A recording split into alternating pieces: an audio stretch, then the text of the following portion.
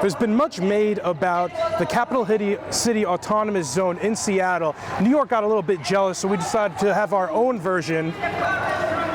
Everybody, welcome to City Hall Autonomous Zone. Do you think Trump thinks black lives are subhuman? Yeah, oh, definitely.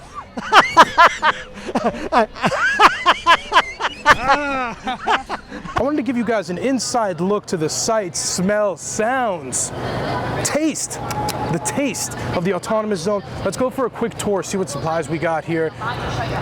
So the Autonomous Zone is taking up about half of a park. To my left is like a field that's being taken up by many protesters. But then to my left, it's some of the many supplies that we have out here today. Some of the supplies include menstrual products, toiletries. Sorry about that. It's a supply station right here. Let's get a quick look at this. Toilet paper, paper towels. So it seems like there's an abundance of supplies, but a lack of racism here to help push this narrative. Look how many pizzas. Look, she's hiding it. Look how far that stack goes too. There is at least 40 pizzas over here. Look at all, they're stacking up these pizzas over here. Look at all those. Look at this. Bread and sandwiches station. Ham and cheese sandwiches. Hummus sandwiches. Rice, everything. You guys got it all.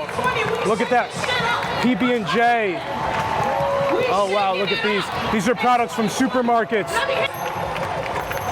We have multiple racks of water bottles. I'm so happy to be here. So we've been out here for approximately 2 days, but I think we have enough supplies to last us a lot longer than that. We're going to be occupying this zone until the 30th. We're seeing the melding of two different types of movements. The LGBT movement married with this kind of Black Lives movement to create this, you know, intersectional baby or what have you, where we have the rainbow flag over here appropriated with like a trans flag, and it's talking about black bodies matter, black minds matter. It's interesting because is the movement being appropriated is what some people ask. Are we out here talking about gay people, or are we out here talking about Black Lives Matters? We're chanting a lot about Black Lives Matters, but I know other people are co-opting the Lives Matters slogan. Some people are saying all lives matters, and even on the other side, some people are saying Black trans lives matters. Do you think it's specifically being co-opted though from being a black issue to become like an LGBTQ issue as well? Do you know what I mean when I say that? Yes, I do. To me, it is a issue for humanity. We are all equal, but I feel like a lot of the groups are often divided, right, because of skin, orientation, or any of those kind of factors. But it is time that we actually unite, because united we cannot be defeated. And I really feel that it is time that we honor Black trans and brown trans folks in particular, because for too long they've literally been left off of the list. So it's not a black specific issue, it's a black and LGBTQ plus I think also. It's an issue, yes, because we're the ones being killed. Yes. We're the ones being killed, and it has to stop. Yeah. Are black trans people also being killed at disproportionate rates too? Most definitely. And most of them aren't being televised, they aren't being viewed, and they aren't being spoken about. Why do you think that is? Because the stigma. Because people don't value us. Because people don't value Black trans experiences. Because they don't feel that trans women are women. Trans men are men. That has to stop. And that trans siblings are siblings, because they are our family as well. Absolutely. I had one last question for you. We have the election coming up in November. Yes. It's going to be between Trump and Joe Biden. Who will you be voting for? I'm still assessing. Boop. But it definitely won't be for Trump. Hello, somebody. Do you feel like it's bad choices? Like even Joe Biden is not a great choice because, you know, he had the 98 crime bill, or the 88 crime bill, I believe it was. Also allegations of sexual assault against him. So are you wrong either way you voted November? This is what I will say. I think in 2016, we are very aware, right, that the community and that the country, that we were depressed voters. I think in 2020, we can no longer be depressed. We can no longer be stagnant. We can no longer be neutral. We have to take a stance on change, and that happens in 2020. Is Joe Biden the candidate that the LGBTQ and black community rally around, though? Is he the guy? He's not Trump. Thank you.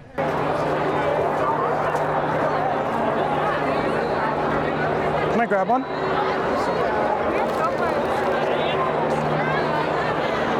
Hey everybody, hope you are enjoying the content so far. If so, hit me with the like button. Susan is fucking me over with the algorithm. Join us to the show.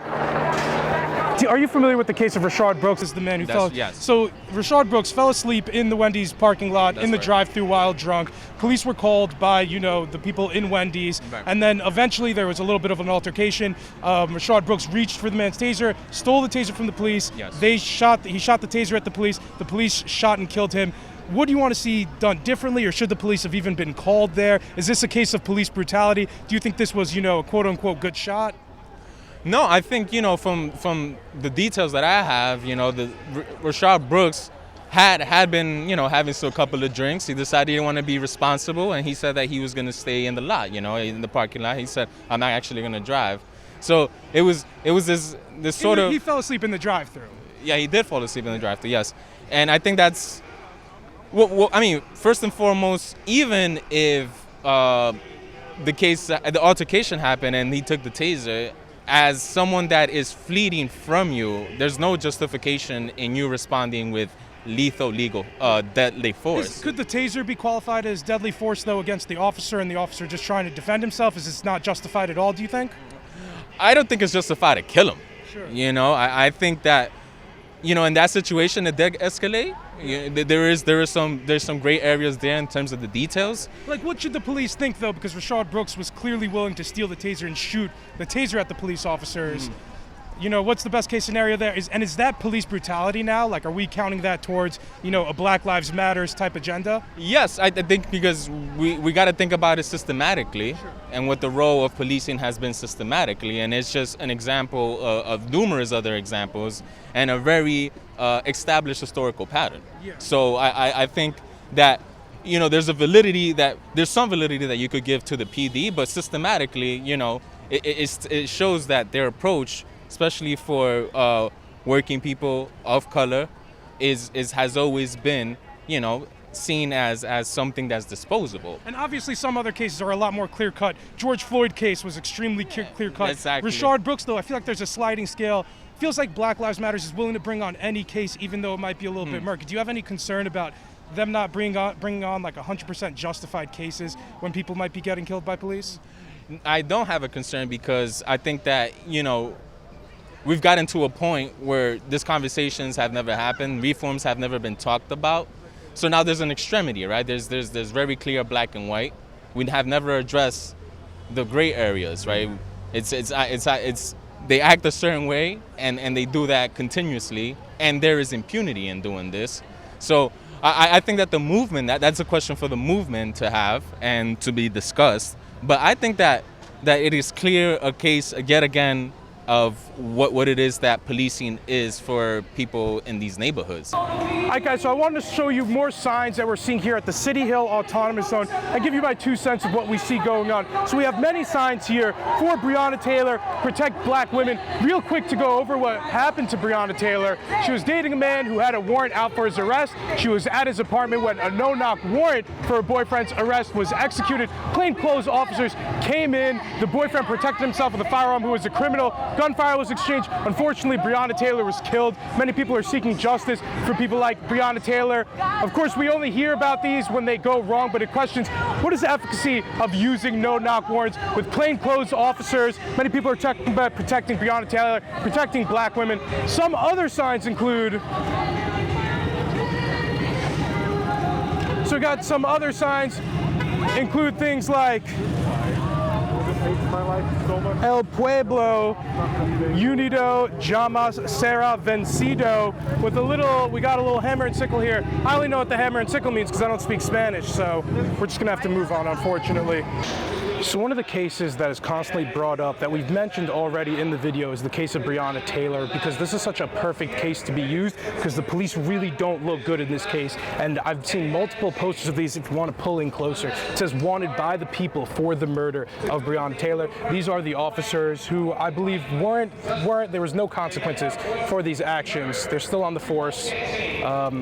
So in this case, people are asking, did Brianna Taylor get justice? And this is really held up as the best case they have.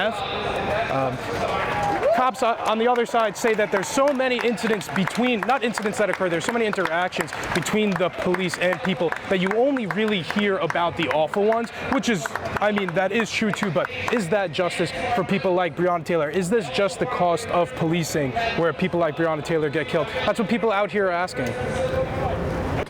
Some people are complaining about the things that cops are assigned to go on the scene for. So like fender benders, sexual assaults, we call the police. Yeah. What don't you want to see us call the police for? When shouldn't police be involved? Because if we want to defund them, we still need people to deal with these issues. So where do you want to see police not involved versus being involved, if you know what I mean there? I don't, aside from, if you call... domestic abuse issues, should we call police with a firearm? No, the only time... In a Wendy's drive-thru with a drunk guy who falls asleep? Yeah. So there are two reasons you should call police or the SWAT team. SWAT team is there's an active shooter like a sniper or a bombing going on. That's when you need armed people with lethal weapons. Other than that, you do not need lethal weapons. Sure. So even removing guns from all police would be one way to help with that. There's a domestic abuse issue of police. Social worker, psychologist, therapist, right? I've done... we should send therapists into somebody being potentially violent, though? Basic de-escalation and emotional trauma training. Sure. But then couldn't they get violent with the social worker? Are we putting the social worker in harm's way now? And then nobody has a weapon if there's potentially somebody violent? But the people with that kind of training, I mean, just like hostage negotiators, they have the training, they know how to de-escalate. The police there have weapons. The police? No, I thought you meant if they... In a hostage situation, though, like the police around them have weapons. For a domestic abuse issue, if we only send a social worker, can it spiral out of control if there isn't a police there or anybody with a weapon? Yes, but that's why I specifically said if shots have been fired, if there's a credible, not like, we think there's a weapon, right? Let's say a guy's beating up his wife. Domestic abuse. Send in someone from the WWE. You don't need a lethal weapon to de-escalate a situation like that. You know, it might be better to be homeless here in the City Hill Autonomous Zone than it could be homeless anywhere else. We're packing tons of Doritos. And it goes like this. Let's see this from the back over here. We got tons of pizza on deck, tons of water, tons of Gatorade, well supplied. Do you guys have any sponsors? We are not talking. No? Okay. All right, cool. I don't know exactly what she said, but they must have a sponsor. As somebody who is a young black man, we're talking about Black Lives Matters out here today. What do you think is the biggest threat to you as a black man here in the USA? My own race. How so? I could come outside, you step on somebody's shoe, like, bro, you step on my shoe. They could freaking beat you up or freaking shoot you. That's how real it is in the hood. You can't even, you look at a nigga like, why you looking at me? And he will come in there and beat you up.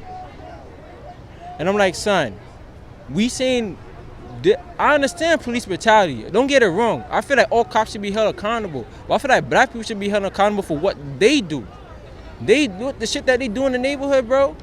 I've been called a coon, an Uncle Tom, because of my opinions and my ideas. Many of the critiques is that black lives only matter when they're killed by cops. Do you feel like that holds true? And then we're also, on the back of that, we're talking about defund the police. That's kind of what's been the outcome of the Black Lives Matter movement. So what message do you get when you hear Black Lives Matters equals defund the police, essentially? Listen, if you defund the police, it's like a jungle. There's no law. Everybody's running amok with guns and shooting each other. And the people who are protesting about it are the same ones that are gonna call the police later saying, oh, somebody broke into my house.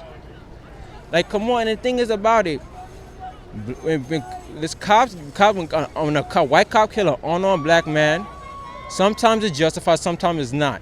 And the thing is about it, look at reality.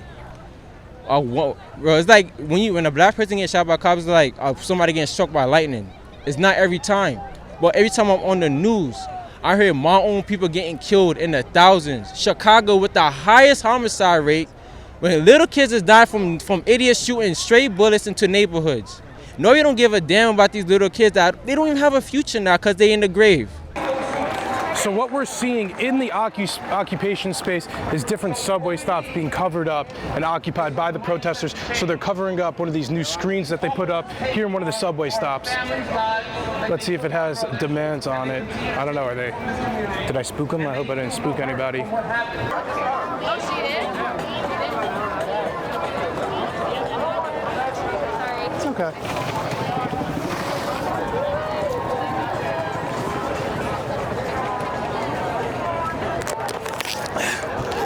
Hey everybody, I hope you're enjoying the video. If so, hit your boy up with a big like down below. If you're not already, sub to the channel. Enjoy the rest of the show.